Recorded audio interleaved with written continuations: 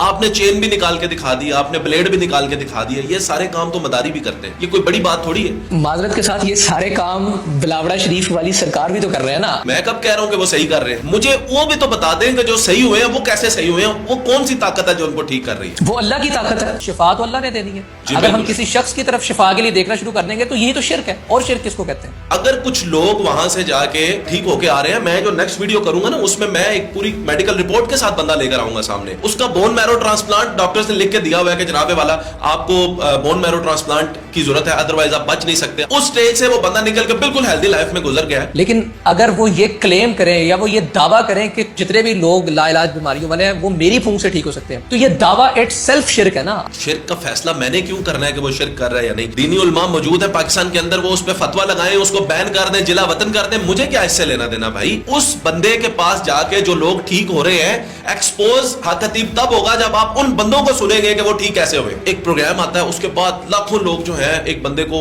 برا بھلا کہنا شروع کر دیتے ہیں. وہ برا ہوگا تو لوگ کہہ رہے ہیں, مجھے اس سے نہیں لینا دینا. بات صرف یہ ہے, جن لوگوں کو وہاں سے سوئیاں نکلنے کے بعد جو لوگ ٹھیک ہو گئے ہیں ان سے میں پوچھنا چاہتا ہوں کہ یار اس نے آخر تمہارے سے سوئی نکالی کیسے؟ تم جھوٹ بول رہے ہو یا خطیب جھوٹ بول رہا تھا؟ اصل میں پھر ایکسپوز تب ہوں گے جب یہ صحیح ہونے والے جو بندے ہیں نا, جن کے اندر سے سوئیاں نکلتی ہیں, ان کو پکڑا جائے. نہ کہ اپنا بندہ کھڑا کر کے اس کے منہ سے سوئی نکال کے میں کہوں اچھا جی وہ کام یہ کرتے ہیں تو میں بھی یہ کر سکتا ہوں, تو میں بھی پیر بن سکتا ہوں. نہیں, آپ کا یہ مطالبہ ہے کہ اقرار الحسن اپنا کوئی بندہ پلانٹ کرے جو وہاں پر جائے, ہاں جیسے ان کا طریقہ کار ہے, اور پھر نہ نکلے خطیب ادھر ہی ایکسپوز ہو جائیں گے. یا پھر اگر وہ اس سے ڈیل کر لیتے ہیں خطیب اور کہتے ہیں کہ چل میں تمہارے منہ میں سوئیاں ڈالوں گا, ادھر تم اگل دینا اور ہماری بلے بلے ہو جائے گی, تو اس کو کیمرے سے ریکارڈ کریں. وہ انگلینڈ کہاں سے چلے جاتے ہیں, وہ یہ اخراجات اپنے کیسے بیئر کرتے ہیں, وہ ہزاروں لاکھوں لوگوں کو کھانا کیسے کھلاتے ہیں. وہ جو ان کا کلیم ہے جی میں سوتا ہی نہیں ہوں, وہ جا کے پکڑے ان کو کہ وہ سوئے ہوں تو ویڈیو بنا لے. ان کی پکڑنے والی چیزیں تو یہ ہیں. آصف جٹ صاحب کی جانب سے ایک ویڈیو بنائی جاتی ہے جس کے اندر ایک سائل کو منظر عام پر لے کر آیا جاتا ہے جو یہ دعویٰ کرتے ہیں کہ ان کا علاج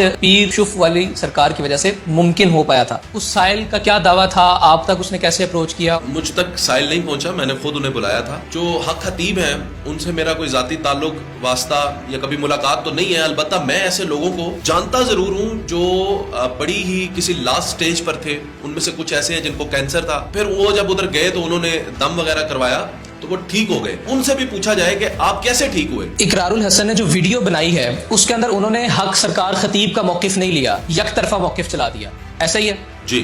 تو آپ نے جو ویڈیو کی اس کے اندر آپ نے بھی تو اقرار الحسن کا یا حق سرکار خطیب کا موقف اس میں ایڈ نہیں کیا. میں تو کلیم ہی نہیں کر رہا کہ اقرار الحسن غلط ہے یا حق خطیب صحیح ہے. ان کی یہ شعبے بازیاں اگر وہ ہیں تو وہ دکھائیں, وہ دکھا رہے ہیں, دیٹس رائٹ. میں اقرار الحسن کو اس معاملے میں غلط نہیں کہتا کہ انہوں نے کوئی غلط چیز پکڑ لی ہے. سارے بندوں کو تو پیسے نہیں نہ دیے ہوئے حق خطیب نے, کوئی تو بیچ میں ٹھیک ہوگا نا جو جینین پرسن ہے, تو دو چار بندوں سے مل لیں یار, کیا جاتا ہے. وہ جس چیز کو پروموٹ کر رہے ہیں اقرار الحسن کا یہ دعویٰ ہے کہ وہ ضعیف الاعتقادی ہے, اور ضعیف الاعتقادی کو اسی طرح سے ایکسپوز کیا جا سکتا ہے یا کم کیا جا سکتا ہے. اس ہائپ کو اگر بار بار ہیمر کیا جائے سیگمنٹس کی صورت میں, مختلف ایپیسوڈز کی صورت میں, جو کام اقرار کر رہا ہے. آپ نے سینکڑوں پیر جو ہے ایکسپوز کیے ہیں ایک ایک قسط کے اندر, سریام کی ایک ایک قسط میں آپ نے بڑے بڑے اداروں کے سربراہ ایکسپوز کر کے رکھ دیے. وہ تو ایسی ایسی جگہ پہ چلے گئے جہاں پہ گولی مار دیتے ہیں. اس کو سیکوینس میں کیوں لے کر چلنا ہے؟ آہستہ آہستہ کون سی ڈوز ہے یہ جو آپ دینا چاہ رہے ہیں, یا اتنے ان کے جرم ہے جو آپ آہستہ آہستہ کھولیں گے, ہر قسط میں ایک ایک بات کھولیں گے. آپ ایک ہی دفعہ ساری ویڈیو بنائیں. اگر کوئی شخص یہ دعویٰ کرتا ہے کہ میں سوتا نہیں ہوں, اگر کوئی شخص یہ دعویٰ کرتا ہے کہ میری پھونک سے ڈیفینیٹ شفا ملتی ہے, مجھے ٹھیک کرے. اگر میں ٹھیک ہو گیا تو میں کہوں گا ہاں ٹھیک, صحیح کہتا ہے. ایسے ہزاروں کیسز دنیا میں موجود ہیں جو راتوں کو نہیں سوتے. یہ ایک بیماری بھی ہوتی ہے, یہ بھی میں آپ کے علم میں اضافہ کرتا چاہوں. تو ہو سکتا ہے ان کے ساتھ وہ بیماری ہو یا ان کا کوئی اور مسئلہ ہے. آپ یہ کہہ رہے ہیں کہ اگر وہ یہ دعویٰ کر رہے ہیں کہ میں رات کو نہیں سوتا تو ہو سکتا ہے وہ بیمار ہو. آپ نے دیکھا ہی دیکھا.